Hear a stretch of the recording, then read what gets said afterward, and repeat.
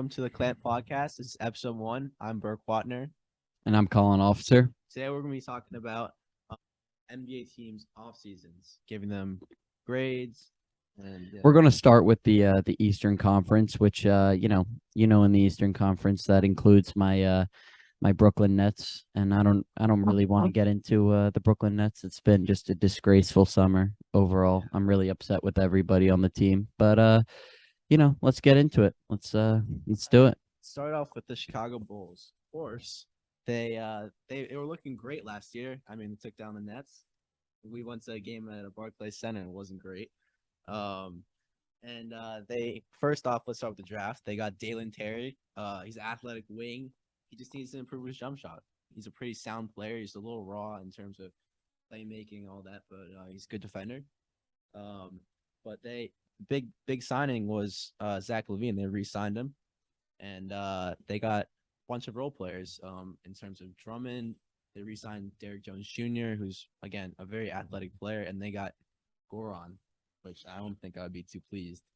Look, I really like Drummond as a backup center to Vucevic. I think that last year Chicago struggled with a lot of rebounding problems. I think Drummond as the leading rebounder in the league, I really think he completes the center role that Chicago needs behind Vucevic. So I think they've got a really deep roster. I'm bummed that we lost Drummond, although he really disappeared for the Nets in the playoffs. So, whatever. But Chicago looks good to me. I say that they are absolutely going to end the year as a top 5 team in the East, and I think they're going to be scary. Yeah, and I think Goran's a great addition, especially with Lonzo's injury. We don't know the exact timetable on that, so it's great to have a solid veteran in the lineup. Lonzo's going to be scary, man. Oh, yeah. Lonzo can be a really, really scary guard in this league. His talent is, Or general. Yeah. No, he's really talented. I'm excited to see his comeback. Next, we're going to go to the Cleveland Cavaliers. I like the Cavs roster right now. Although getting back with the reuniting with Ricky Rubio, I think that was a smart move. And they've been able to maintain this young squad of guys they got. It pains me to talk about this, as you know, Burke, but Karis LeVert, Jared Allen, these guys are unbelievable. I think that the future is very bright for them. And they've maintained Mobley. So, I like where Cleveland stands right now, like absolutely, without a doubt. I think Mobley's probably the best young forward/center in the league right now. Yeah. Yeah. You could make a case for Ayton, but I'm saying it. In terms of age, Mobley's is really, really young. He's going into his sophomore year. I really thought he should have won the Rookie of the Year with Scotty. Scotty's a great player, but I say Mobley should have won that just because of his offensive impact and defensive impact being rim protector. That's an interesting take. I mean, yeah, DeAndre Ayton, obviously, as you said, is great. We'll see how that turns out because I don't think he's thrilled to be back in Phoenix, by the way. I think he wanted to be the center guy, maybe in Indiana. But they might trade at the deadline.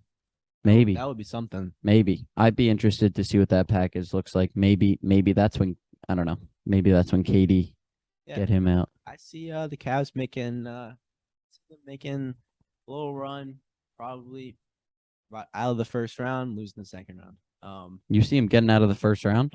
Yeah, I do. I think with a sophomore Mobley, I see if Sexton comes back, who knows? I'm not sure what's going on with that. Well, Sexton, free agent right now. His future is totally, a little iffy, but I think Ricky Rubio is a very solid player coming off the bench, and I just think that LeVert and Allen, it's that little chemistry going on. I could see them getting to the second round, sneaky little team. I mean, we haven't even brought up Darius Garland. I mean, the talent is incredible there. The only problem with him is just a little iffy on the injuries. Yep, he's pretty. A healthy Darius Garland can definitely help the team get out of the first round. All right, let's move on to the Pistons. So the highlight of the summer for them was the Jeremy Grant trade. It's really just clearing the salary, and I think with their acquisitions in the draft, getting Ivy and then getting Duran later on, it was really just a great draft for them. I think Ivy is he's such a quick guard. He's got great handles. He's got a jump shot. In March Madness, he was great, except for against St. Peter's. Let's go Peacocks. But I think Dern is he's not a modern day center right now. Maybe they'll transition him to be more of like a Miles Turner, maybe improve the jump shot. But he's just a physical specimen, and it was really just a blunder by the Knicks in that draft. To, you know, it was really really bad. Well, what happens with Kemba now? Because we were all expecting on draft night he was gonna, get a contract buyout. I don't really know where he goes from here. I don't think he wants to be part of a rebuild team. I think that someone like a guard like him still feels like he can be part of a championship caliber team. So I don't know. I think they could get an asset from him. I saw he was linked to the Suns, maybe on like a veterans minimum. But I think it's smart for him not to get bought out. I think there's maybe a little destination for him down the line this season, but we'll see, especially they definitely do need to fix Killian Hayes up.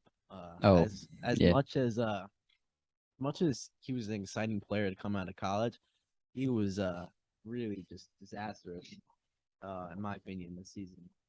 I don't know what is going on with him. To Killian Hayes, also, if you ever want to appear on the podcast, all love to you. You had an unbelievable experience, unbelievable. Like right now, if we're talking about actually in the NBA, you gotta be more confident in the shot. You gotta work on the passing. There's a lot of things that there definitely needs some fine tuning in his game. I agree. There was a lot of hesitation I saw for him with the ball this year, which maybe that worked out for him, in college, but it definitely didn't work out for him this year. Transitioning now, and by the way, with the Pistons, you see them. I don't think they're making the playoffs no, this year. I don't think they make the play-in either. Yeah, they aren't doing it this year. But they'll have a solid year. They'll definitely improve. Sure. The Indiana Pacers. Okay, well, this was not a good offseason, in my opinion, for them. You're losing, first of all, Malcolm Brogdon.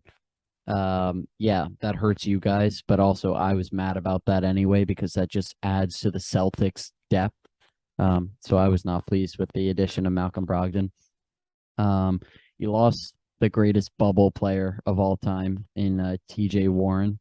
Now, we know TJ Warren missed this past season, but I was excited to see his comeback. I'm more excited that it's going to actually now happen in Brooklyn. So TJ Warren was an unbelievable player. And then obviously you lost Lance Stevenson.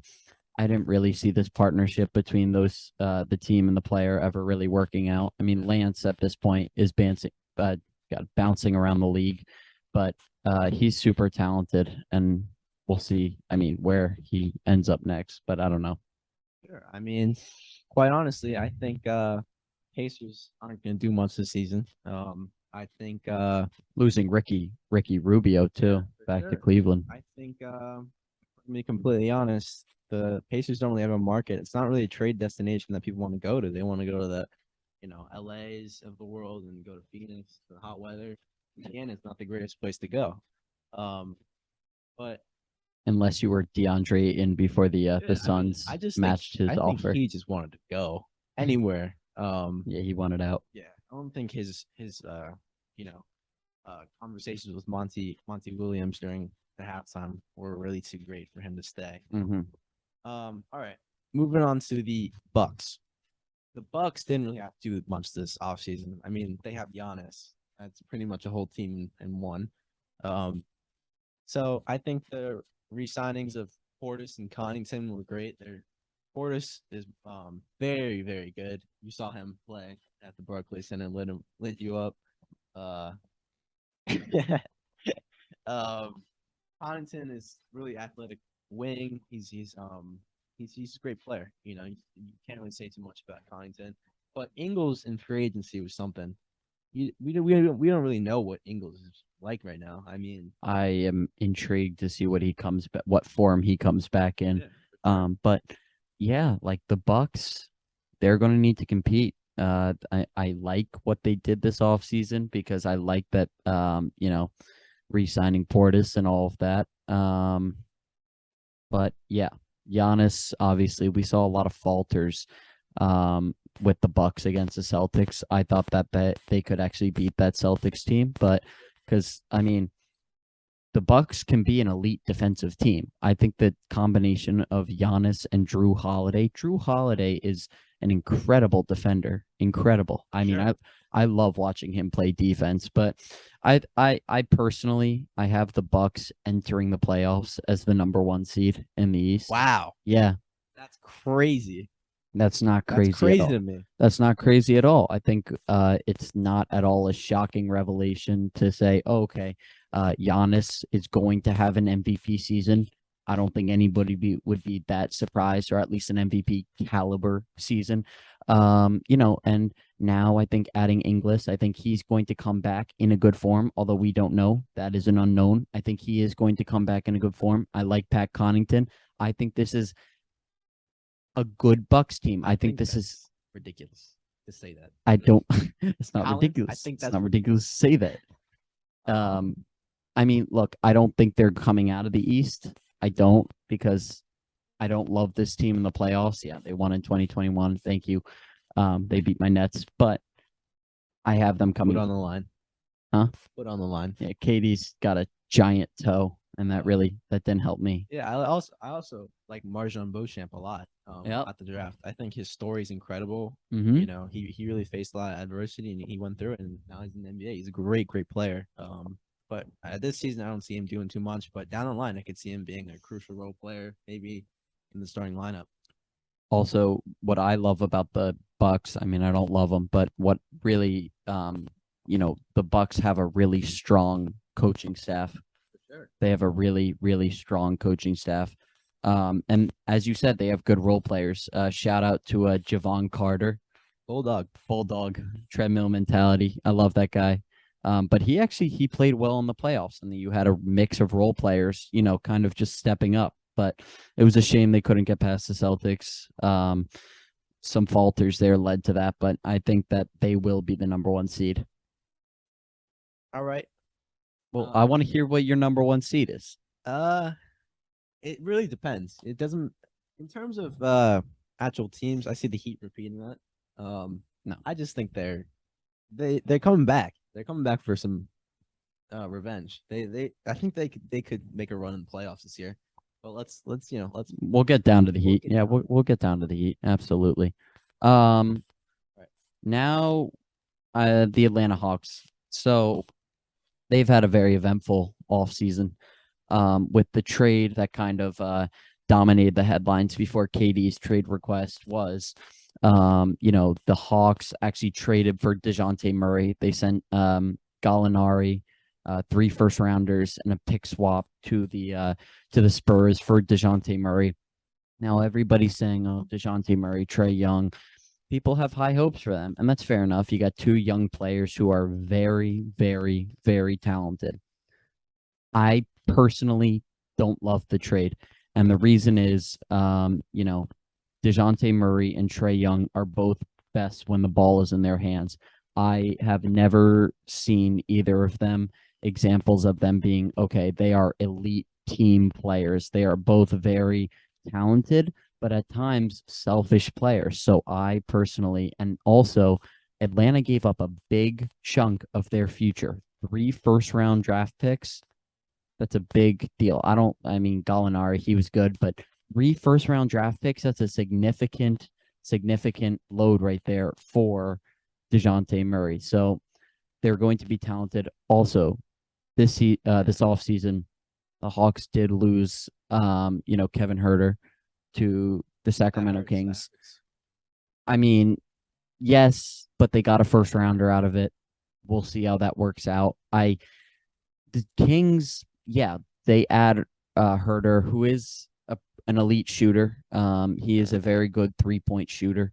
So I don't really know what the Hawks were thinking. I think it would have been smart to keep him just in that lineup, in that rotation. But, my opinion, Herter's Dante DiVincenzo a little bit better, and that's literally what they have. Yeah. I mean, they had Dante. What did he do? Not too much. Yeah, but look, the Hawks also in that trade added, Harkless and Holiday from the Kings. Those are going to be both solid. Solid off the bench. They're going to be solid role players. Yeah. So yes, they add to their depth, but this team is going to be run around a DeJounte Murray, Trae Young duo. I don't have faith in that duo to make it past the first round of the playoffs. I don't think they'll make it past the first round. Nor do I think they'll have 45 wins. And I think that is going to be a long-term investment, but I don't think it was worth the 3 first-round draft picks. All right, let's break down that statement. You say they aren't making out the first round. I agree with that. Yeah. Do I agree with DeJounte Murray not working well with Trae? I disagree. Really? I think, first of all, you haven't seen them not being the primary ball handler, each one of them. But that's not their fault. They're both natural point guards. But I think DeJounte Murray is not a great shooter, in my opinion. He's just not. He's a very athletic player. He reminds me of Jalen Brunson if he was more athletic. He's a complementary guard, and I think, in my opinion, he helps the team out in a lot of ways, defensively and offensively. Yeah, he is a very complete player. I agree. I just think that with the game coming down to the wire, I have seen examples of both of them be very ISO focused, sometimes selfish players. So I think it is a risky move to put 2 selfish players together, and we'll see how they share the ball. I mean, Trae Young is a good point guard. We both know that good passing, great shooter, great shooter. He's a fantastic shooter. I mean, yeah, he's great. But personally, I think 3 first-round picks was a lot of the future to give up for a duo that I'm pretty skeptical of. Have you see them in the Pro-Am? Yeah. They were hooping. Yeah, thank you. Yeah. So the guy got off his shift at the Apple store to go play DeJounte Murray and Trae Young. So, DeJounte Murray's been a menace to Paolo Banchero also. Yeah, that's true. Well, I'm excited for the Hawks Magic game. If we can get tickets to that game, I think we should. No. Yeah.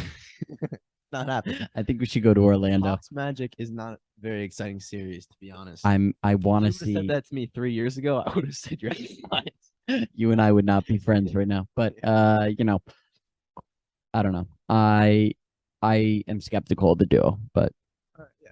So let's move on to the Hornets. I have a lot to say about them. First off, if I'm LaMelo Ball, I'm leaving. I'm saying that now. Your boy Miles Bridges, you got to go break him out. He about to go drop 70 in the prison league, man. First off, Miles Bridges and LaMelo Ball were very, very good last year, in my opinion. But those are just 2 players. Very talented young duo. When you go down the lineup, I don't see that team going anywhere. I'm sorry. I don't see him going anywhere either. But, I mean, Miles Bridges is out, first off. You aren't getting any assets back. That's just a lot of assets for him. All the money you gave him, the big contract you gave him, just it's all down the drain. But LaMelo, I feel like LaMelo could turn up to Damian Lillard status where he's, stuck in a spot and is really just he can't get out. He can't get over the hump. And I think that could be the Hornets down the line being like the Trailblazers. But right now, that Trailblazers team with Lillard all these years is much better than the Hornets right now. The Hornets aren't doing anything right now. All right, I got a question. Yeah. You say LaMelo Ball has the potential to become a Damian Lillard. No. I just say I'm comparing him to what Damian Lillard couldn't achieve with his team. I agree. Oh, okay. He's been loyal to his team. Because I didn't know. I mean, look, if LaMelo Ball could be a Damian Lillard caliber player, maybe somewhere down the road, LaMelo Ball is incredibly talented. Like, for sure. It's so fun to watch him play. But I don't know. I mean, that would need to be a lot of maturing in his game to become someone like a Damian Lillard, which for sure. Damian Lillard, I'm mad about that situation. I feel like he's wasting his career away in Portland, but we'll get to. I mean, he's making $50 million a year right now. Yeah, he's getting his bag. He'll never have a ring though. Maybe he can play in the summer league next year. They'll give him a ring. Yeah, I'd be fine, taking $55 million a year and just not winning a chip. Dude, I love $55 million a year too. I could get us courtside seats for Hawks Magic, but what I'm trying to settle down. What I'm trying to say is, like, doesn't that guy have some fire within him to say, yeah, I want a championship? Like, I'm sick of. He's got that dog in him, my opinion. but he had CJ McCollum. He just lost Yeah, he CJ. just What I'm lost him. saying is he That's what I'm doesn't have saying. that dog. This is one of the greatest point guards, obviously, of our generation. One of the best point guards that our game has seen, and yet all he has to show for him is one Rookie of the Year, a conference final appearance, and he hit a fantastic game winner over Paul George. Are you saying Damian Lillard is a point guard? I don't know if I call him are we going to call him a point guard? I don't think so. I'm not going to call him a point guard. We'll have to see. I mean, this year is really crucial. He doesn't have much to work with. No, he has nothing to work with. I mean, he's got You can sign back Ennis Freedom. that could be something. That could be in the cards. You And got it's Keon Johnson. I mean, you also you lost Norman Powell to the Clips. They kept Simmons. They paid Yeah, They paid him they a paid him lot. They gave him a bag. I don't think he wanted to stay. Well, with that amount of money, I guess anybody wants to stay. But let's get back to the Hornets. Oh yeah, Their offseason, it was not great. They had Mark Williams at the draft, which is a great pick in my opinion. They definitely needed a big. I think it might be like Lob City. And LaMelo, but I feel like they just have to double team LaMelo. here come the Clipper references, just nonstop. By the way, if the Greensboro Swarm, the G League affiliate of the Hornets, are watching this, give my boy Jello some minutes. He has proved himself. He dropped 52 in the Drew League. Ridiculous. Okay, stop with these like street ball. Look, yes, LeBron and DeMar. Oh my God, they pulled up to Drew League. These guys are literally. Did DeMar drop 52? No. Did LeBron drop 52? No. Like, that's what I'm saying. So we hate the Hornets. We hate the future. We hate what that looks like. Melo. They really did nothing. They lost Trez. They got Bryce McGowan as well. I like him, and they got an elite rim protector in the future, Mark Williams. But I mean the loss of those Bridges is just terrible. So I don't see them. I mean, I don't blame the Hornets. How do you control that? Yeah, I mean, I just don't see them going anywhere this year. So we'll have to see. See, they might prove us wrong. Maybe. They I mean, won't. I really do like Mark Williams. I Me do too. like Mark Yeah. Williams. He's- Even though he went to Yeah, he's the UNC guy. yeah. No, Stuff. but hey, guess what? You lost to us in the Final Four. So Who's you? I'm not a Duke guy. I'm just saying All right. Mark Williams. stop Mark talking. Williams will be You can- watching this podcast. You can stop talking. All right. The Miami Heat. Look, as Burke said earlier, they're going to be an interesting team to watch. This is a Jimmy Butler who put on a historic playoff performance this year. Bricked the three. Huh? Did he brick the three? He did brick the three. He would have bricked that three too, man. Sure, but I'm just saying, he's getting paid $40+ million a year. Look, Am I? No. I no, Going you're into not. my freshman year of high school. No, you're not.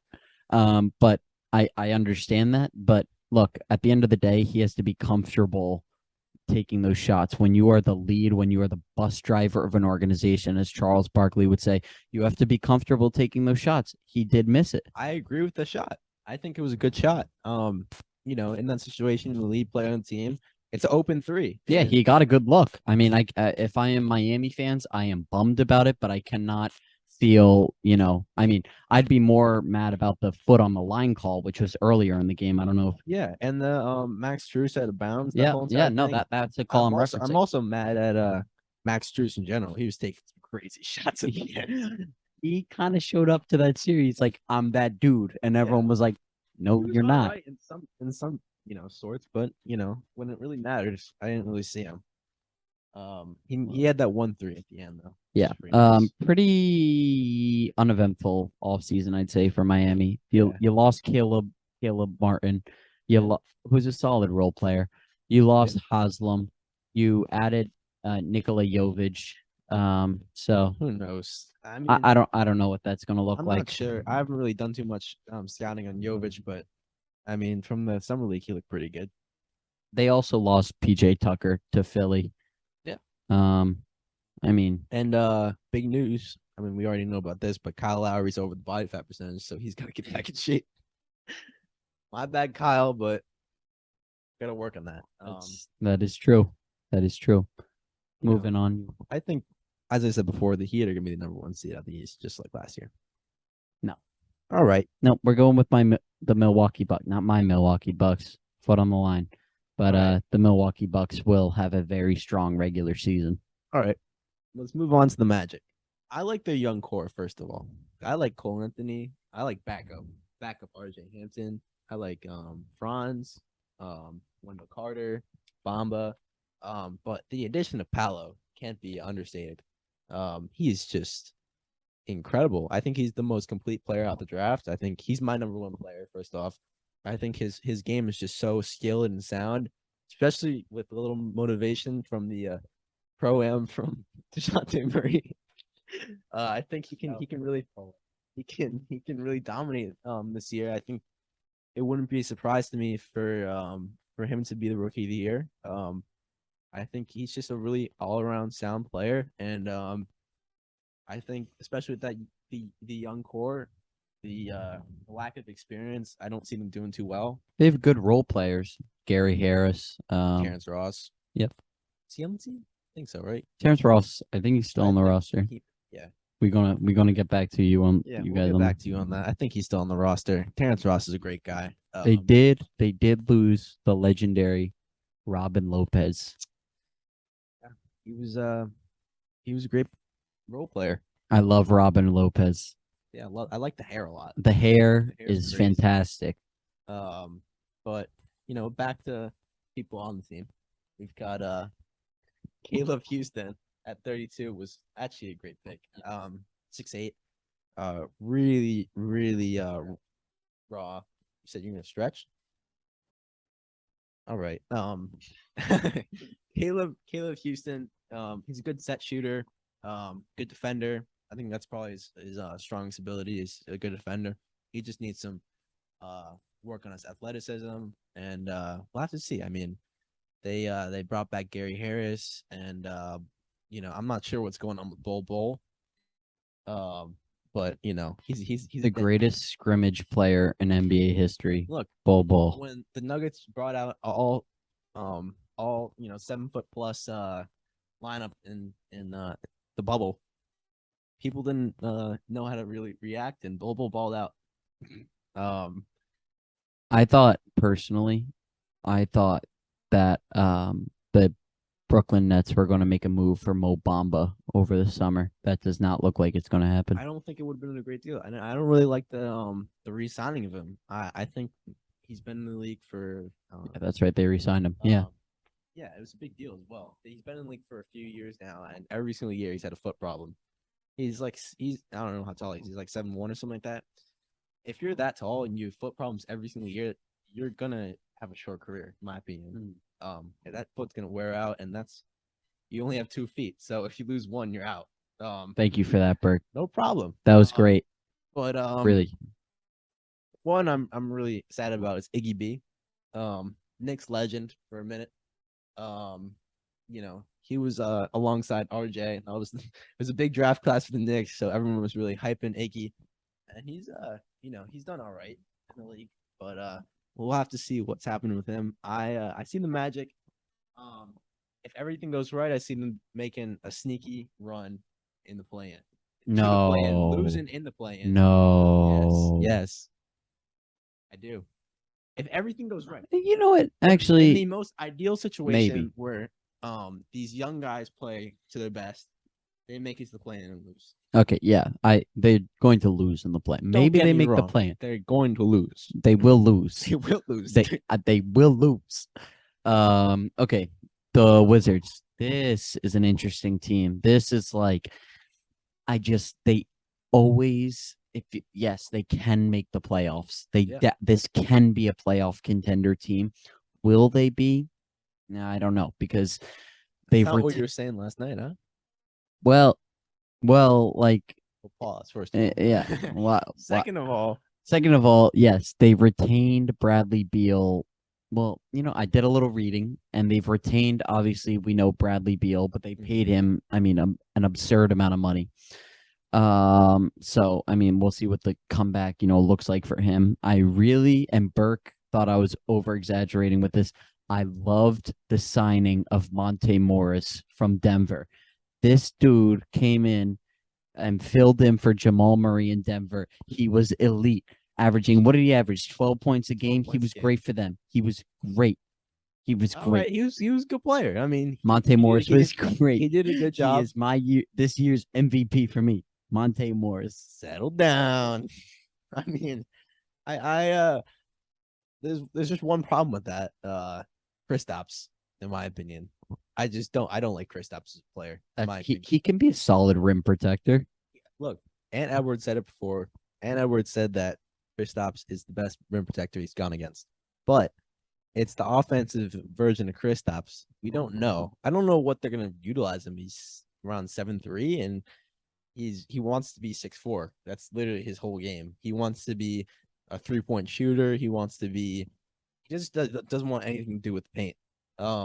So that's a problem, and I don't think he's really strong enough to really bully people around in the paint. So I'm not sure what his deal is, but if they can really develop him into a offensively sound under the paint kind of guy, good rebounder, that could be a different kind of Porzingis. But for right now, if I'm taking last year's Porzingis, who's just and the Mavericks Porzingis, that's not what I really want as a center. But we'll have to see. I think he'll have a better comeback. But yes, I really hope he does. Did they lose Ish Smith? I think they did. They did lose Ish Smith. Yeah. So they won't do anything. I mean, he set the record for most amount of teams played on. Yeah, he now is on 12 plus teams, right? Yeah. If your team has not had Ish Smith play for it, you are not a good basketball team, and you have no hope. Ish Smith must be on your roster. That's what I'm saying. All right. Let's move on to the Celtics. Again, a team that did not have to do much. All they had to do is wait another year. Everyone grows as a team. More chemistry. Jason Tatum gets better. That's all they had to do. But that being said, they brought in Brogdon, and they did literally everything they could. They brought in J.D. Davison, Gallinari, and they re-signed Cornette. Great player, Cornette. But Brogdon brings a 3-and-D kind of guy. He is, and I think he also, like, the stress with the Celtics last season was we have Smart, and he is an elite defender, defensive player of the year, but they didn't really have a formal point guard. Yeah.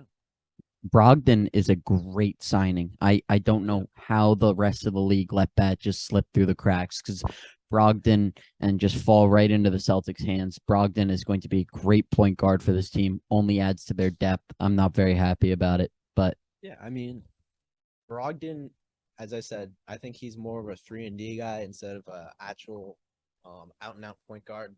But he's one of the best defenders in the league, in my opinion. One of the best perimeter defenders in the league. Because the Celtics need more defense. Yeah, I mean, that's probably why it was so intriguing for them to trade for him. Is he's a great defender, and we've seen it at Virginia. He was a great shooter, and still is. But he's really transitioned to more of an all-around player now. But I see the Celtics going back to the championship this year, my opinion. I see them losing to the Heat and at some point in the playoffs, in my opinion. Hold on, you have them going to the championship, or you have them losing to the Heat? No, I see the Celtics beating the Heat. Okay, yeah. The Eastern Conference Final. Enough with the Heat. Enough with the Heat. Same thing that happens. I think no. The Heat are a great organization. All right, just move on to the Nets. Get over it. Do we really need to? Yeah. Do we really need to? Your time. This is your team. This was one of the one of the most disgraceful off seasons I have ever seen in my entire life. What the hell is wrong with Joe Tsai? Okay, so Joe Tsai, Sean Marks, KD, Kyrie, none of you can work this out. All summer, I have just been reading different reports. You guys hate each other one day. The next day, you guys are on the same page. What the hell happened? Then on June 30th, it all got confirmed. KD requested trade. My life ends as I know it. And then for this past month, all we've been doing is guessing, okay, well, can we find a trade partner? It doesn't look like a third team is going to serve as a suitor. So then we think, okay, KD, Kyrie opted into his $36.5 million player option. It looks like they're going to run it back. Now, A few days ago, Kevin Durant and Joe Tsai sit down in London. KD reiterates his trade request, and then he says, look, it's me or Sean Marks and Steve Nash. First of all, Kevin Durant, you don't run the team. What's going to happen next week? You going to ask Joe Tsai to sell the team? You're going to ask for a new arena? Look, you don't run the team. You're not the person to go into Joe Tsai and make this request. Obviously, this ultimatum does not help anybody. That being said, Joe Tsai, Steve Nash never should have been the coach. Never should have been the coach. September 8th, 2020, we hire Steve Nash. Do you know what options we had on the table? Ime. And we had I know we had Ime, and we actually brought him in as an assistant coach, as we did with D'Antoni. And we had Ty Lue on the table. I mean, first of all, if Steve Nash was going to get fired this spring, we had Phil Handy on the table. We are losing our coaching staff by the minute. We lost Amari Stoudemire. I don't really care about that. Oh, that was my best. That was my favorite guy. He is. Now, getting back to the other parts of the Nets, because it can't be centered around the two most inconsistent stars in the. Actually, well, we have three, because we have Bench Simmons. So we'll see if he comes back. Right. Please, Ben, settle down. I haven't seen him yet. Give him a chance. Give him a chance. Give him a chance. If he has a jump shot, Ben, we're all counting on you. Please come back healthy. But it seems like he doesn't want to play. He's going to come back, and he's going to want to play. He's afraid to play in front of the press. And then my other problem with Joe Tsai, I mean, he's just been horrible this summer. Yeah. He does not make an offer to keep Bruce Brown on the Brooklyn Nets. Doesn't even make an offer. I think Bruce Brown probably maybe wanted out because this is such a toxic environment anyway, but doesn't even make the offer. Look, Patty Mills, he had a fantastic start to the season. He slowed down in the spring, got into a little bit of a shooting slump, but you choose Patty, $7.5 million a year, 2-year deal, but you choose him over Bruce Brown. That's questionable in itself, but not even to make an offer to Bruce Brown, that was a horrible decision. Horrible. And Bruce Brown on the Nuggets is going to be elite. He's just going to be, they're my dark horse out of the West. Now, that being said, I have to give credit where credit is due. Burke's going to hate me for this, but the addition of Royce O'Neal Royce O'Neal as a 3-and-D player, and then TJ Warren on a veteran minimum. Have you ever watched the Utah Jazz game? Huh? You ever watched the Utah Jazz game? There's 3 guys that are actually, apparent in the game. There's Spida, who's incredible. You got Jordan Clarkson, who's going to take a shot every single time he gets the ball. He literally puts up a shot every single time he gets the ball. And then there's Royce O'Neal. He looks like Colin in AP basketball. Take the ball, shoot it, or else it's going to get taken from you. And then there's Royce O'Neal, who's an absolute clown. Royce O'Neal, Royce, if you're watching this, I believe in you. Don't listen to him. You're a great 3-and-D player. You are what we need. He adds more depth to the team. I don't know what the roster is going to look like, but Royce O'Neal is going to show up ready to play. And even if Nick Claxton is our franchise player, Royce O'Neal, you are ready to win a championship. Half your roster is almost dead. They're like 50. You have like a bunch of veterans. And then you got your G League players, Dayron, Thon Maker. We got Alondis Williams. That's who we took. David Duke Jr. Kessler Edwards. Kez.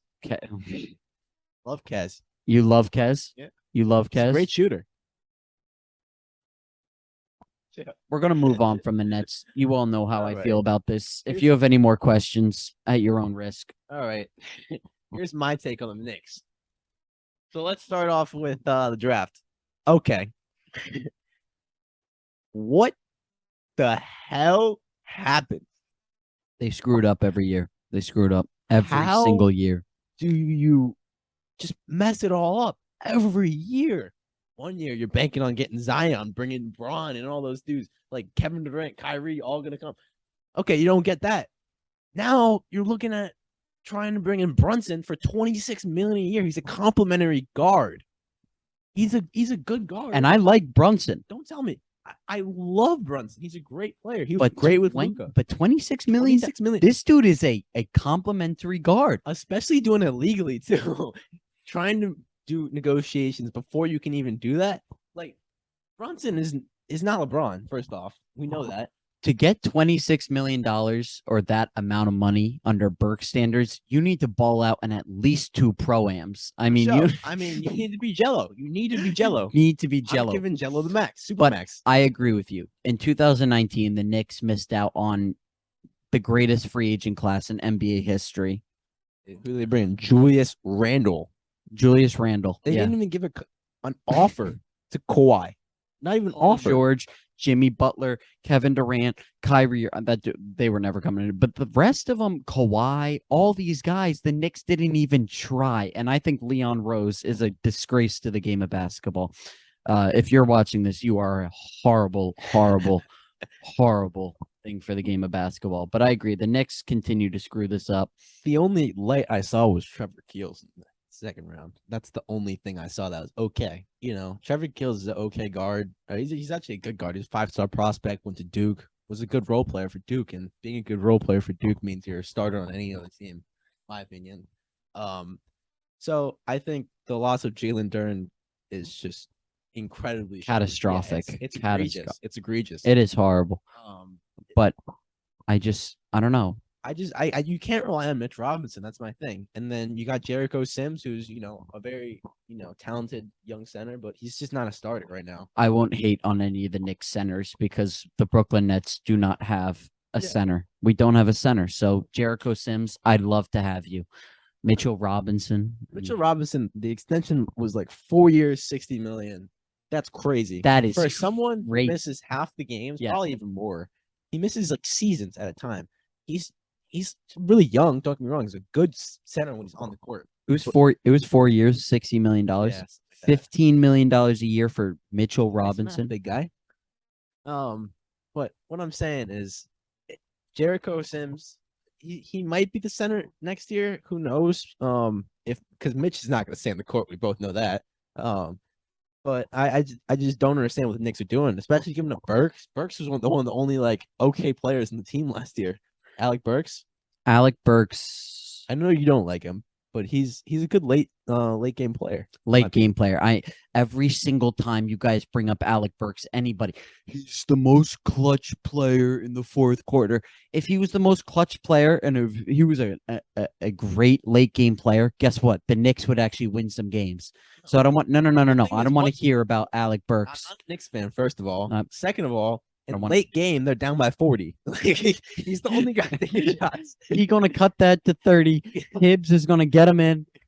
Looking like Chris Paul against the Magic or against the Mavericks in the playoffs. All right, so I got a question for you about the Knicks. I don't think it's going to happen this offseason. Maybe it happens at the deadline. Maybe it happened. I don't really think it's going to happen next summer. If you and I are sitting here a year from now, is Donovan Mitchell a New York Knick? I think he probably wants to be. Do the Knicks have the assets? No. If you want to look at draft capital, probably, but do they want to give up every single pick they ever have owned? No, and a young guy like RJ Barrett. Quickly, there's the list goes on. They're going to really have to blow up their team if they want Donovan Mitchell. It's going to, yeah. And Donovan Mitchell is great, and that's coming from a Brunswick kid. He's great, but I don't think he can be the single guy on a team. Literally the only asset they have. Him and Jericho Sims is going to run the NBA? I don't think so. Jericho Sims probably be in that package, so it's going to be him and Joakim Noah. they might get him. But if I had to give an estimation, the Knicks they are making the play-in, but they're going to make the play-in. Are not going to make the play-in. Yeah. Again, it's the Knicks. So who knows? They could turn their season sideways. Julius Randle could make a campaign for it, but I don't see it coming. Julius Randle is not my favorite player out there. We'll have to see. I don't know what happened in the 2021 offseason that he came off such an inspiring season for New York basketball and came back so unmotivated. Yeah. He was horrible this past season. He hated the fans too. I mean, he really. I don't think I think it's going to be awkward if he still plays for the it doesn't feel like he is a part of that organization anymore. Moving on to my least favorite team in basketball, the Philadelphia 76ers. Don't you have folks in Philly? Sorry? Don't you have folks in Philly? Okay. What? Don't you have folks in Philly? Okay. I do have folks in Philly. I do have family in Philly. And James Harden is not a family member, though. So anywhere James Harden goes, I don't care if I have family there. Anywhere he goes, he'll find a nice little cheesesteak. Yeah, well, we know what else he'll find. Yeah. All right. Well, this was a pretty bland, I would say, offseason for the Sixers.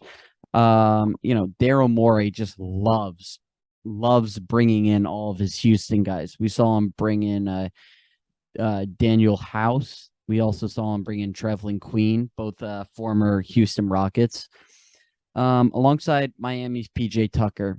I don't know. Former Rocket. Another former Rocket. Yeah. Good point. But coming off his Eastern Conference final run with the Heat. One seed next year. You were at your down. All right. Stop talking. You're out of your mind.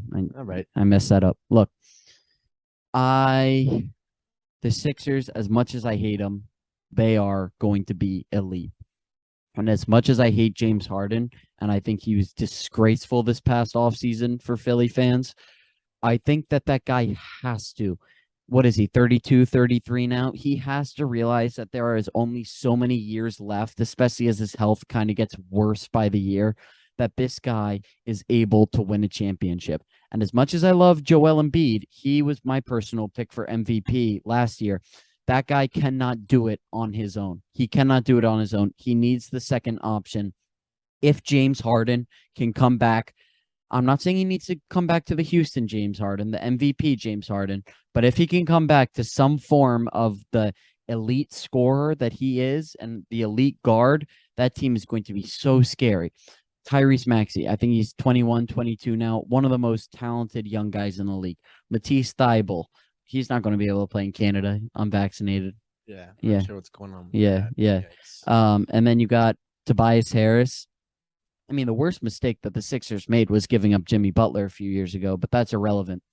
The point is, this team on paper is loaded, and James Harden needs to come back so motivated to win a championship this year. And as far as I'm concerned, he has been in the gym.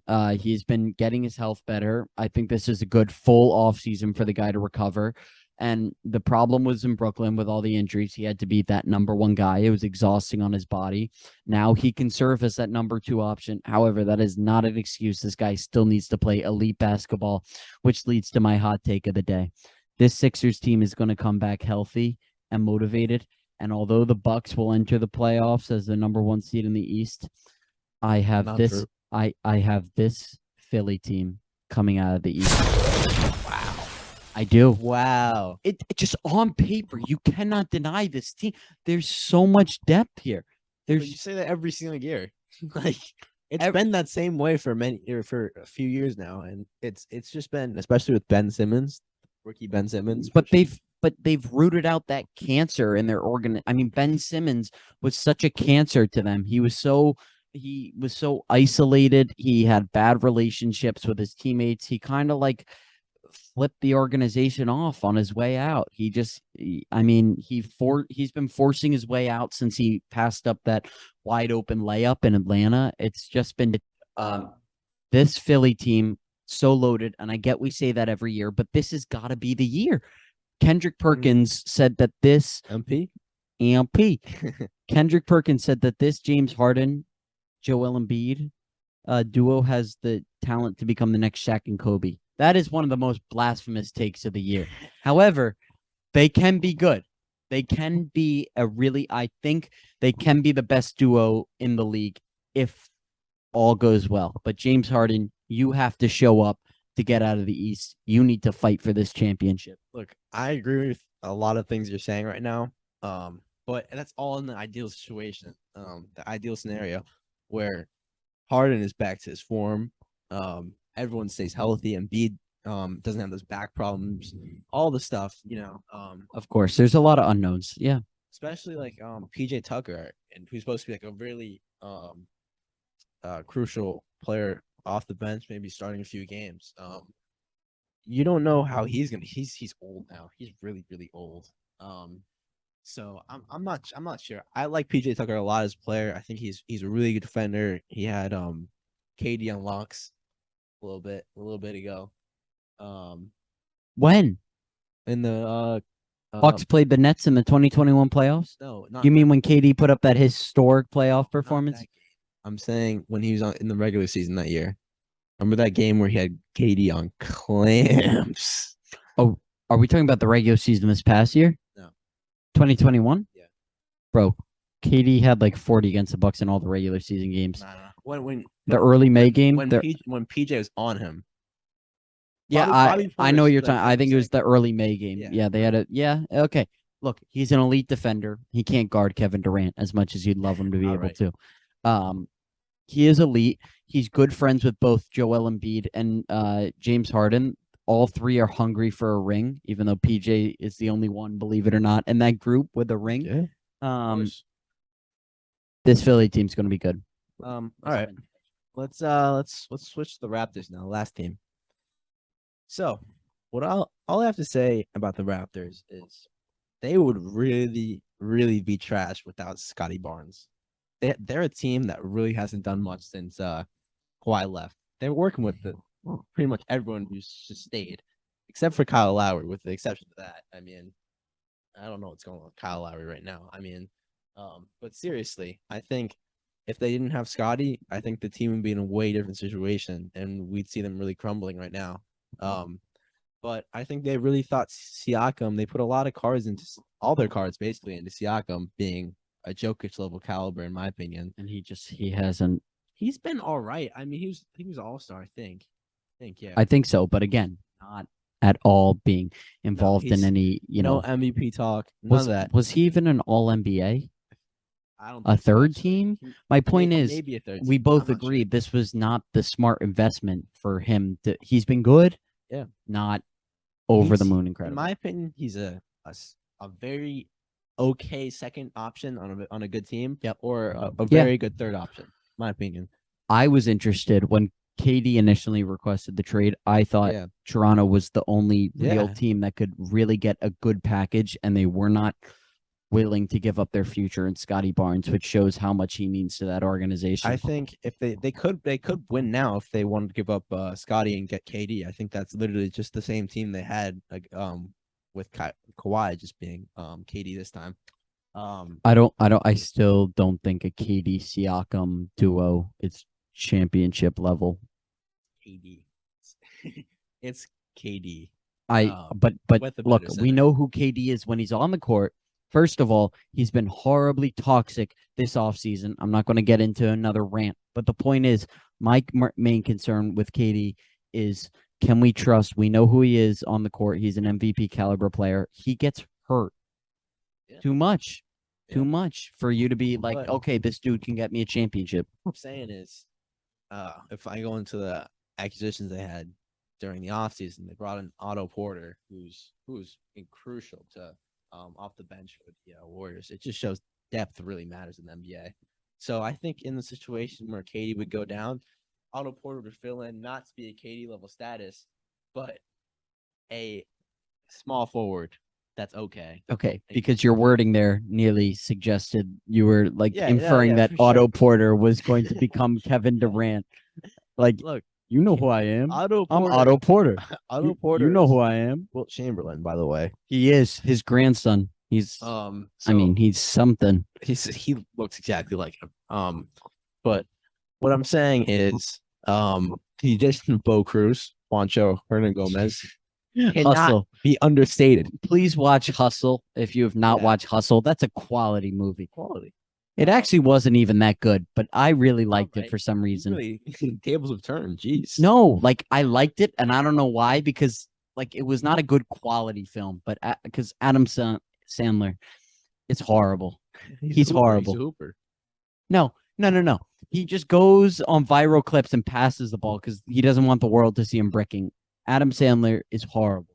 All right, how about you show the world your jump shot? The world can see my jump shot. 8B. Guys, All right. thank you so much for joining the first podcast, the first episode today. We are going to keep these going. We will also be releasing a second off-season debrief for each team in the Western Conference. Please write to us for any suggestions, tips. You have our contact information. But thank you so much for the support. We're going to keep this going and be on the lookout for player interviews, and all that sort of stuff. Thanks, guys. All right, thank you.